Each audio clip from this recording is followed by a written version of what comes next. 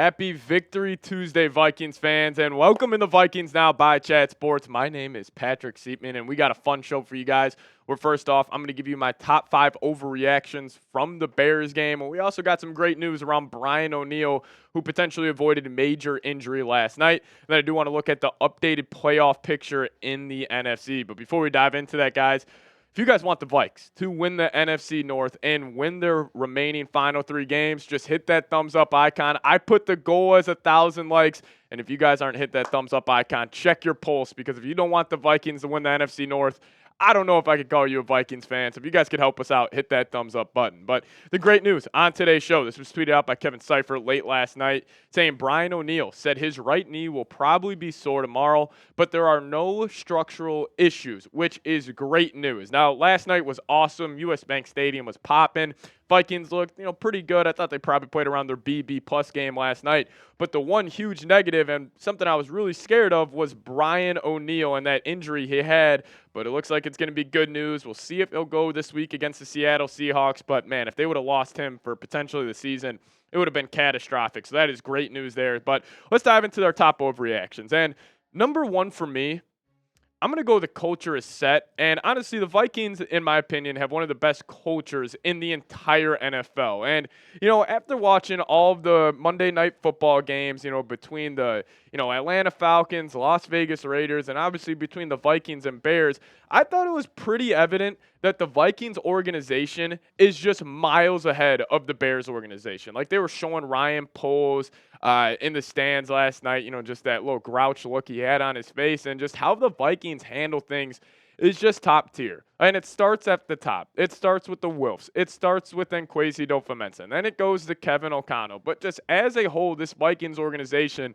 the culture is set. They are set. They're a winning organization at the highest level, specifically this year. And I will give credit. I thought this before the game with Jake Reed and Chris Carter holding up Randy Moss's jersey. Also, I found out that this was Kevin O'Connell's idea, so shout out to KOC for that one. That was awesome. But I think this is just another example of the Vikings organization just being one of the top-tier organizations in the entire NFL. In a small market like Minneapolis, you still have one of the best teams and one of the best just cultures and also one of the best environments. I will give credit to all of you guys. All of the Vikings fans that were at the game yesterday, shout out to y'all, because that place was humming. That place was bumping last night. Vanilla Ice at halftime setting it off. And I couldn't imagine what this place could look like in the playoffs if the Vikings could somehow get that number 1 seed and have 2 home playoff games. I'll tell you what, good luck to opposing quarterbacks coming into this stadium, going against that defense and having that crowd noise just raining on top of you.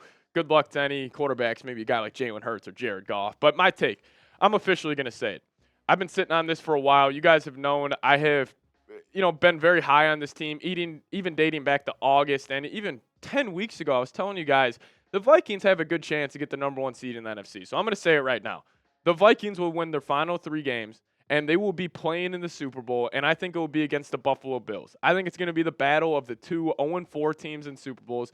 I think they're going to get 2 home playoff games. I think they're going to beat the Packers in divisional. And I think it's going to be the Philadelphia Eagles or Detroit Lions coming to US Bank Stadium, NFC Championship weekend. And I think the Vikings are going to win. This is a special group. Enjoy every single play. Enjoy every single snap, because this is a special season, Vikings fans. And consume every piece of content. Whether you're watching me or the Score North guys or Purple for the Win podcast, whoever it may be, enjoy every video, because this is a special season and they don't come around too often. But number 2 for me, I'm just going to go up and down Sam Darnold. This was definitely not one of Sam Darnold's better games so far as a Minnesota Viking, but he still played very good. And he had a couple big-time throws, specifically that throw where he threw Jefferson open down to the 1-yard line. If you guys see the all-22 view of that, it was absolutely disgusting. But yesterday, he was a little inaccurate at spots. 24-40, 231 yards. I'm not really too upset about the interception. It came on a 4th and 3.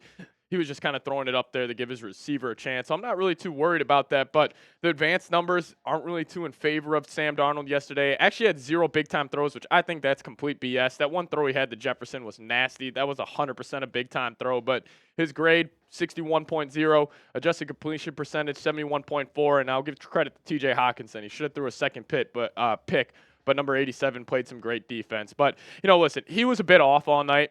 But it was also a rough game as a whole offensively. Like Cam Robinson and the offensive line, we'll talk about them as actually my last overreaction. But hey, 3 false starts wasn't the best. And plus Brian O'Neill going in and out of the lineup.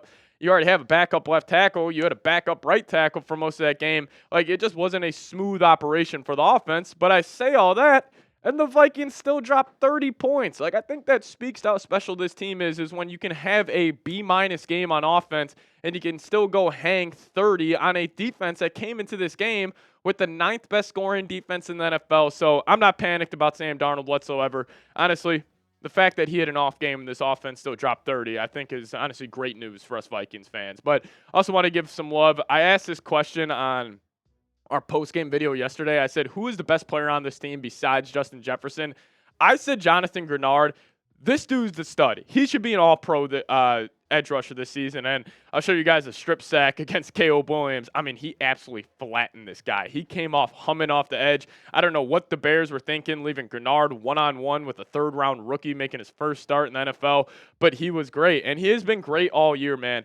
And, you know, I was a little nervous when the Vikings lost to Danielle Hunter this offseason because I'm like, you know what, that's a top 7-ish edge rusher in the league that you're just letting walk out the door, pretty much still in the prime of his career. But you brought in a younger version of Danielle Hunter in Jonathan Greenard, who now has 11 sacks, 4 forced fumbles on the year, 49 tackles, 12 TFLs, 2 PBUs. Like, he has been unbelievable for this team. And I'll tell you what, this guy right here, Patrick Siepman, I've been saying all year long, the Vikings don't have a blue chipper defensively.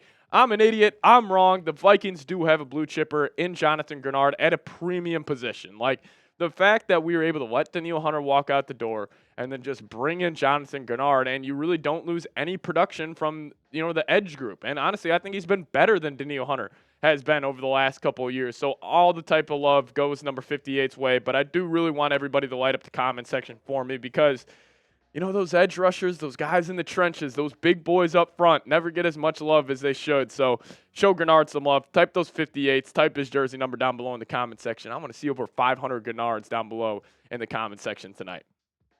Now we'll dive into 2 more overreactions. Also look at the playoff picture here in a second. But first off, I do want to tell you guys about today's presenting sponsor, and that is Factor Meals. And if you guys head to factormeals.com/50VikingsChat and you use code 50VikingsChat, you guys will get 50% off your first box plus free shipping.